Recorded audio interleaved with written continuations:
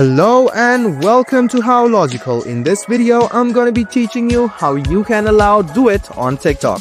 So let's go ahead and start the video without wasting any more time. First of all, what you need to do is open up TikTok and click on Profile on the bottom right hand side. Then click on the three lines on the top right hand to open Settings. Go ahead and tap on Settings and Privacy and tap on Settings, which is right below Account. After you do this, you can see Duet. Go ahead and tap on Duet and you can see the option of Allow Duet From.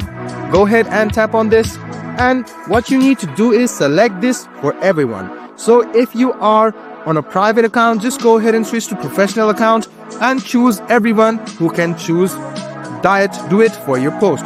So go ahead and do this, and people can create Duet with you on your TikTok, and you will gain more followers because their follower will also see the video you posted with them. So it's quite easy. Just go ahead and go to Settings and Privacy, tap on Privacy and go to Duet.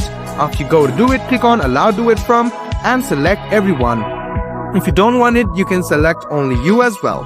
So guys, I hope this video was helpful for you. If you still have any kind of confusion, please do mention us on the comment section down below.